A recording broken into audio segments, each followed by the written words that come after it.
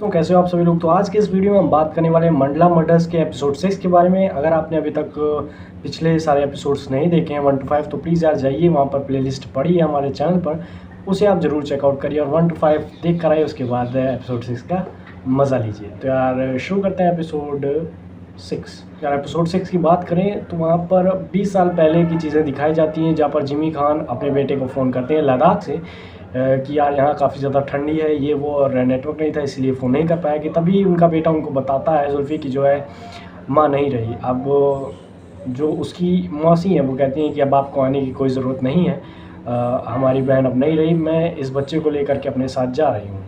फिर उसके बाद देखिए हर एक कैरेक्टर की अपनी अपनी स्टोरी को ये सीरीज़ ने डिफ़ाइन किया है, मतलब किसी भी कैरेक्टर को एक तरफ़ा नहीं छोड़ा है। फिर वो छोटा ही कैरेक्टर हो, बड़ा ही कैरेक्टर हो, कोई सा भी हो, सबकी अपनी अपनी कहानियाँ हैं, उसको दिखाया गया है।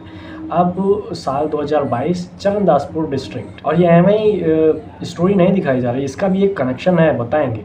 अब साल 2022 में चरणदासपुर में शास्त्री जी लेकर आते हैं एक बच्ची को और कहते हैं ये नूर तुम्हारी पोती है। जुल्फ़ी और जेनिफ़र के मरने के बाद अब इसे तुम संभालो क्योंकि वो नहीं रहे, तो इसका ध्यान रखो, अब यही तुम्हारी अमानत है। और फिर उसके बाद वो कनेक्ट होते हैं जिम्मी और बताते हैं कि जुल्फ़ी हमारे बच्चे का नाम है और तुम उसकी बेटी यानी नूर, यानी मैं तुम्हारा दादा हुआ, तुम मेरी पोती। उससे भी बातचीत करते हैं। इसके बाद आता है वही 52 सेकंड का इंट्रो, और इंट्रो के बाद दिखाया जाता है कि जिमी खान ने एक और कोड क्रैक कर लिया है जिसका मतलब है बाल हृदय, यानी बच्चे का हार्ट। तो फ़ोन करके रिया थॉमस को इन्फॉर्म करते हैं और फिर उसके बाद दिखाया जाता है वही हॉस्पिटल की सीन, जहाँ पर कविता की बॉडी के पास विक्रम बैठा होता है। वेंकट का घर जब इन्वेस्टिगेट किया जाता है तो वहाँ पर मिलता है एक बॉक्स जिसमें कविता की कुछ चीज़ें, उसका लॉकेट और बचपन की फ़ोटोग्राफ्स दिखती हैं, मिलती हैं।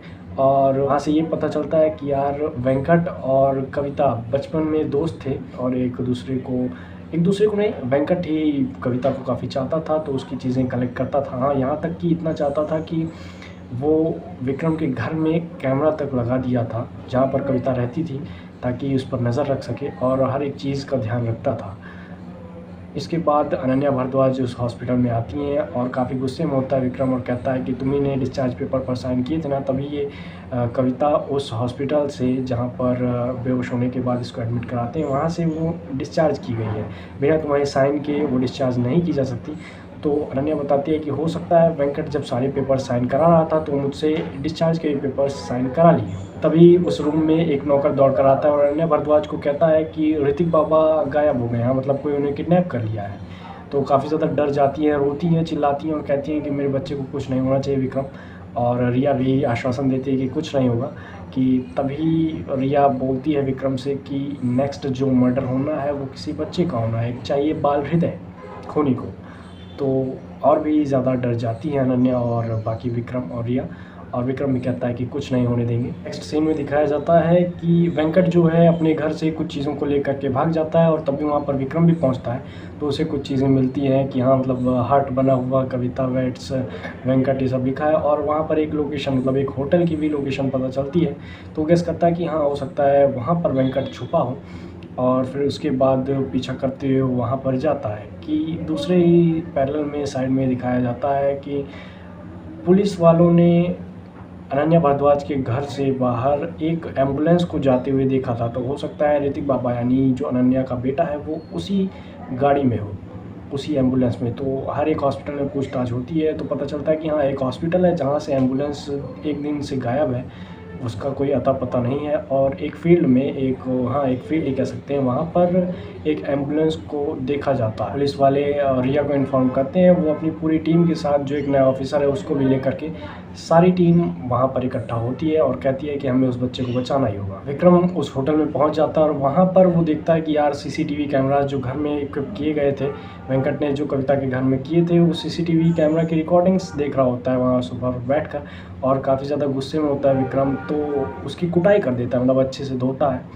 और फिर उसके बाद कहता है मैं तुझे मार डालूंगा, तूने ऐसा क्यों किया। तो बताता है मैं कुछ नहीं किया हूँ कविता को, और मैं चाहता था कि तू जो है कविता से दूर चला जाए, पूरा प्लान तुझे मारने का था, पर कविता बेचारी बेहोश हो गई उस वक्त और तू 3 गोली खाने के बाद भी बच गया। तो कहता है कि तुझे सब कैसे, मतलब ये तेरा प्लान कैसे सक्सेसफुल हुआ, विक्रम पूछता है। तो वो कहता है कि तुझे जो स्कैंडल का पता चला था 1000-2000 करोड़ का, वहाँ के जो टेलीकॉम मिनिस्टर हैं उन्होंने ही ये घोटाला किया था, तो मैं ये सारी इन्फॉर्मेशन उन्हें बताता हूँ। इसी वजह से जो उस रात तुझ पर हमला हुआ था गोलियों वाला, वो तुझे मारने के लिए हुआ था, और बंदे आते हैं तुझे मारते भी हैं ताकि तेरा सफ़ाया हो जाए और मैं कविता के काफ़ी क्लोज चला जाऊँ। लेकिन होता क्या है, तू बच जाता है और कविता बेचारी कोमा में चली जाती है। इसके बाद विक्रम काफ़ी गुस्सा होता है और मारता है। वहीं दूसरे सीन में ये रिया थॉमस उस बच्चे को एम्बुलेंस में घुस के काफ़ी ब्रेवरी से, काफ़ी पावरफुल तरीके से उस बच्चे को बचा लेती है।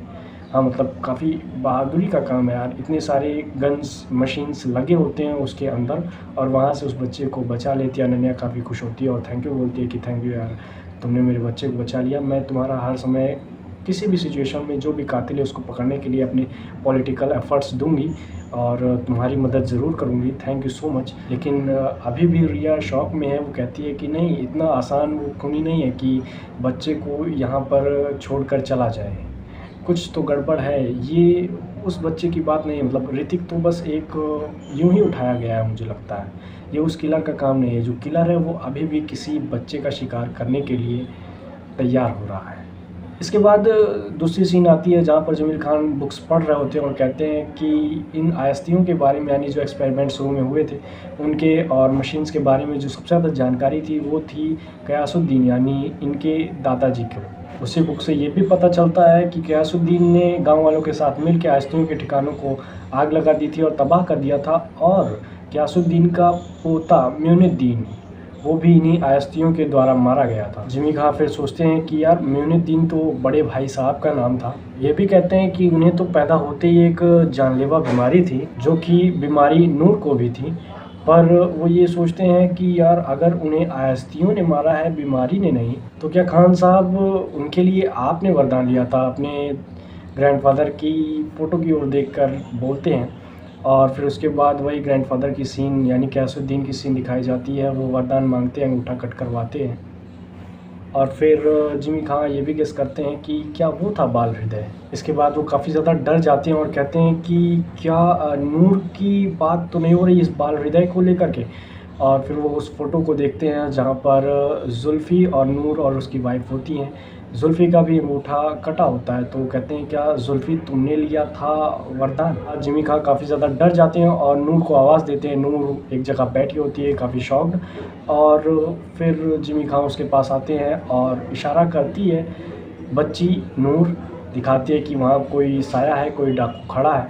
हाँ, और फिर उसके बाद हो जाता है धुआं और पैरालाइज हो जाते हैं Jimmy Khan. End of the episode 6। मिलेंगे आपसे एपिसोड 7 में, तब तक के लिए आप अपना साथ बनाए रखिए। वीडियो को लाइक, कमेंट और शेयर कर दीजिए। मंडला मर्डर्स काफ़ी अच्छी वेब सीरीज़ है, तो यार शेयर करनी तो बनती है। बाकी चैनल को सब्सक्राइब कर दिए, बेल आइकन दबा दीजिएगा ताकि जैसे ही मैं एपिसोड 7 डालूँ आपको सबसे पहले पता चल जाए। मिलेंगे नेक्स्ट वीडियो में, टेक केयर, बाय बाय, जय हिंद।